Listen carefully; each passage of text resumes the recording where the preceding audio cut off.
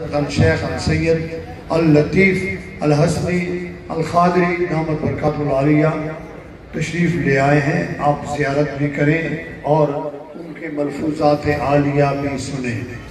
ہمارے ہاں جو طریقت کے اسلوب میں وہ یہ ہے کہ طریقت کے حوالے سے جو افضل ہے اس کو آپ اول رکھیں، ان کا احترام کریں. ویسے حضرت نے میرا خطاب لاسٹ میں رکھا تھا. میں نے کہا یہ ہے تنظیمی پروٹوکول. تنظیمی پروٹوکول کے لحاظ سے میں ناظم اعلیٰ جماعت اہل سنت ہوں، تو اس حوالے سے آپ نے مجھے لاسٹ رکھا. لیکن جو طریقت کا پروٹوکول ہے اس میں آخری خطاب غوث العظم کی آل کا ہونا چاہیے. اس لیے کہ میرے دادا حضور سلطان العارفین برہان الواصلین قدوۃ الصالحین زبدۃ العاشقین حضرت سخی سلطان باہو قدس اللہ العزیز نے فرمایا ہے کہ بے بغداد شہر دے کیا نشانی، اچھیاں لمیاں چیراں ہو تن من میرا پرزے پرزے جویں درزی دیاں لیراں ہو، انہاں لیراں دی گل کفنی پاکے رلساں سنگ فقیراں ہو. بغداد شہر دے ٹکڑے منگساں باہو تے کرساں لیراں لیراں ہو. آپ نے تربیت کے حوالے سے جو بہترین نظام جاری کیا ہوئے مدارس کا میں آپ کو مبارکباد دیتا ہوں. اور جتنے بھی فقراء درویش اس دربار سے ریلیٹڈ ہیں یا کسی بھی دربار سے آپ کا تعلق ہے، آپ اس عرس مبارک کی تقریب میں آتے ہو. ویسے عرس کے اخراجات اور نظام اپنی جگہ، سب سے بڑا کام جو ہوتا ہے وہ مدرسہ اور مدرسے کو آباد کرنا، مدرسے کو چلانا بہت مشکل کام ہے.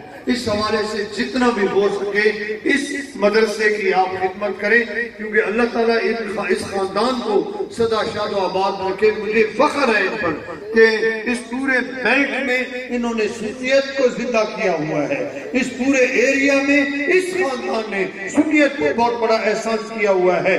جس حلقے سے گزرو، جس ایریے سے گزرو، اگر مین روڈ کے اوپر کوئی ادارہ نظر آئے گا تو وہ شاہ جمالی سرکار کا ادارہ نظر آئے گا.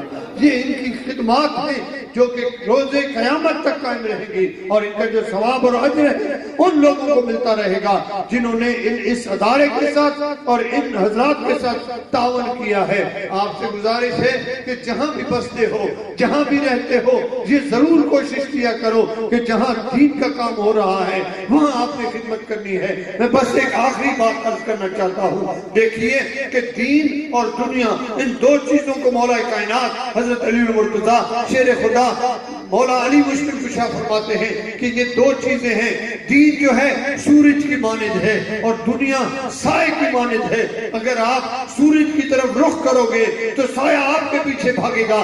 گویا کہ اگر آپ دین کی طرف توجہ کرو گے تو دنیا آپ کے پیچھے ہوگی، اور اگر آپ دین کو پشت کر کے دنیا کے پیچھے بھاگو گے تو یہ سایہ جو ہے وہ آپ آگے ہوں گے.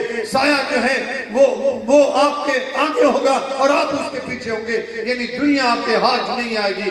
اگر آپ دین کو ہاتھ میں لو گے تو دنیا آپ کی غلام بن جائے گی. آئیے کیوں نہ آپ اور ہم مل کر دین کے اس مرکز کو زیادہ سے زیادہ آگے بڑھانے کی کوشش کریں، زیادہ سے زیادہ ان کے ساتھ تعاون کریں تاکہ یہ مدرسہ بھی آباد ہو، یہ ادارہ بھی آباد ہو. اور یہ خانقاہ جو ہے وہ تو اللہ کا ولی اس میں سویا ہوا ہے. اللہ کے ولی کی وجہ سے خانقاہ کا آٹومیٹک آبادی آباد ہے، اور اس خانقاہ پہ آنے والوں کو فیض جاری رہے گا.